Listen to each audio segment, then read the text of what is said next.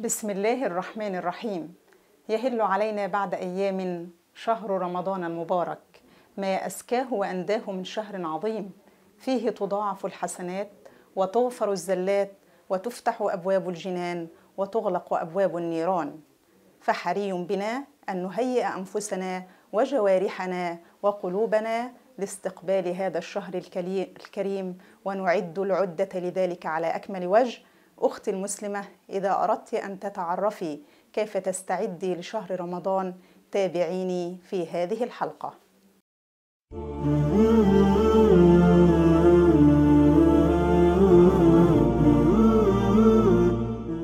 بسم الله الرحمن الرحيم. الحمد لله رب العالمين، نحمده سبحانه وتعالى ونستهديه ونعوذ بالله من شرور أنفسنا ومن سيئات أعمالنا، إنه من يهده الله فهو المهتد ومن يضلل فلن تجد له وليا مرشدا. ونصلي ونسلم على سيدنا محمد النبي الأمي وعلى آله وصحبه ومن تبعهم بإحسان إلى يوم الدين، وبعد. يهل علينا بعد أيام شهر رمضان المبارك، ما أزكاه وأنداه من شهر عظيم، فيه تضاعف الحسنات وتغفر الزلات وتفتح أبواب الجنان وتغلق أبواب النيران. فيه ليلة خير من 1000 شهر. ما أكثر عطايا المولى عز وجل لعباده الصائمين القائمين في هذا الشهر العظيم، لذا يسعد المسلمون بقدومه ويأنسون بحلوله.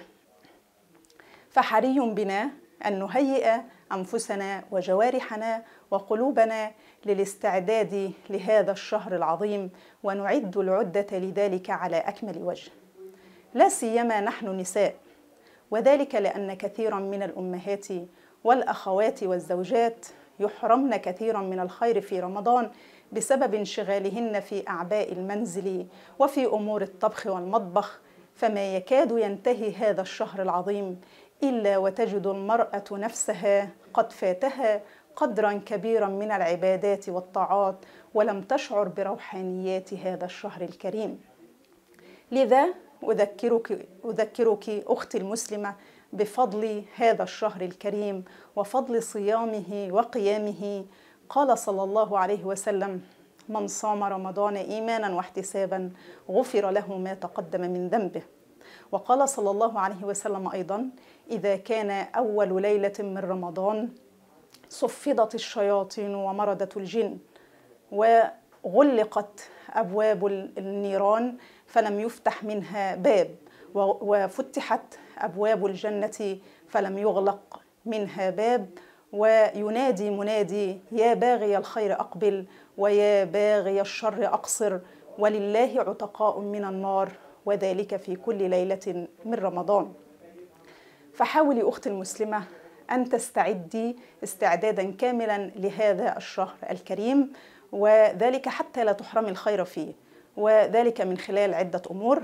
أولا الاستعداد الإيماني، وذلك بتهيئة النفس وتعويدها على العبادات والطاعات، وذلك مثل الصيام والقيام وتلاوة القرآن، حتى يتم الاستعداد النفسي لأداء العبادات في شهر رمضان من غير كلفة ولا مشقة.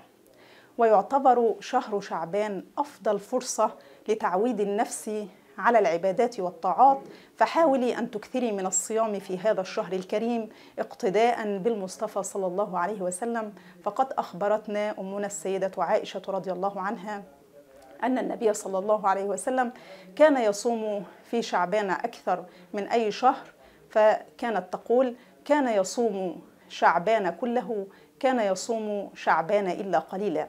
ويوضح لنا النبي صلى الله عليه وسلم سبب صيامه لهذا الشهر، لشهر شعبان، فيقول: هذا شهر يغفل عنه الناس بين رجب ورمضان، وهو شهر ترفع فيه أعمال العباد إلى رب العالمين، فأحب أن يرفع عملي وأنا صائم. هذا هو الاستعداد الإيماني. ثانيا الدعاء ببلوغ شهر رمضان. حاولي أختي المسلمة أن تكثري من الدعاء من الآن بأن يبلغك الله عز وجل شهر رمضان الكريم وأنت في كامل الصحة والعافية. فقد روي أن السلف الصالح كانوا إذا دخل رمضان يقولون: اللهم قد أضلنا شهر رمضان وحضر، فسلمه لنا وسلمنا له، وأعنا على صيامه وقيامه، وارزقنا فيه الجد والاجتهاد والقوة والنشاط، وأعذنا فيه من الفتن. فلحي في الدعاء وأكثري من الدعاء بأن يبلغك الله عز وجل وأسرتك شهر رمضان وأنتم في كامل الصحة والعافية، لأن بلوغه نعمة عظيمة. فقد روي عن أبي هريرة رضي الله عنه أنه قال: كان هناك رجلان من بلي وهو حي من قضاعة، أسلما مع النبي صلى الله عليه وسلم، واستشهد أحدهما وأخر الآخر سنة. فقال طلحة بن عبيد الله: فأريت الجنة، يعني أنه رأى في منامه الجنة، ورأيت المؤخر منهما أدخل قبل الشهيد، فتعجبت لذلك، فلما أصبحت ذكرت ذلك للنبي صلى الله عليه وسلم، فقال النبي صلى الله عليه وسلم: أليس قد صام بعده رمضان وصلى 6000 ركعة وصلى كذا وكذا من صلاة السنة؟ فنجد أن هذا الشخص الذي بلغه الله عز وجل شهر رمضان قد أدخل الجنة قبل الشهيد، وذلك قبل الشهيد الذي مات قبله بعام، وذلك لأن هذا الرجل قد زاد في الطاعات والعبادات، لا سيما صيام شهر رمضان، لأن الله عز وجل يقول في حديث قدسي: كل عمل ابن آدم له إلا الصوم فهو لي وأنا أجزي به. فشهر رمضان هذا هو شهر مبارك يطهر المسلمين من الذنوب، لذا كان سيدنا عمر بن الخطاب رضي الله عنه يقول إذا دخل رمضان: مرحبا بمطهرنا من الذنوب. أيضا عليك أختي المسلمة أن تتذاكري وتتدارسي فضائل شهر رمضان وفضائل صيامه وقيامه، لأن العلم بتلك الفضائل هو الخطوة الأولى لتهيئة النفس وتحفيزها على نيل خيرات هذا الشهر العظيم. حاولي أن تقرأي في سير الصالحين، حاولي أن تقرأي عن أحكام الصيام ومستحباته ومبطلاته حتى لا تحرمي كثيرا من الخير في رمضان.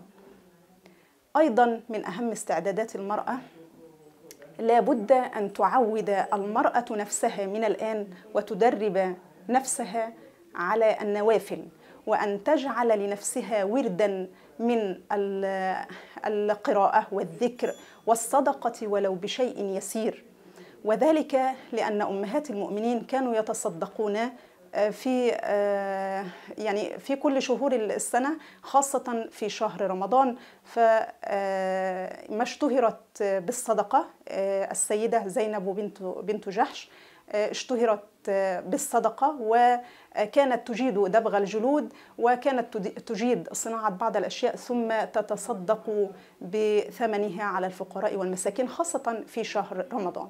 ويروى عن سيدنا أنس بن مالك رضي الله عنه أنه قال: كان المسلمون إذا دخل شهر رمضان انكبوا على المصاحف فقرأوها وأخرجوا زكاة أموالهم تقوية للضعيف والمسكين على صوم رمضان. فلا بد أختي المسلمة أن تجعلي لنفسك قدرا يسيرا من الصدقة، وذلك لقوله صلى الله عليه وسلم: يا معشر النساء تصدقنا وأكثرن الاستغفار فإني رأيتكن أكثر أهل النار. هذا وبالله التوفيق، والسلام عليكم ورحمة الله وبركاته.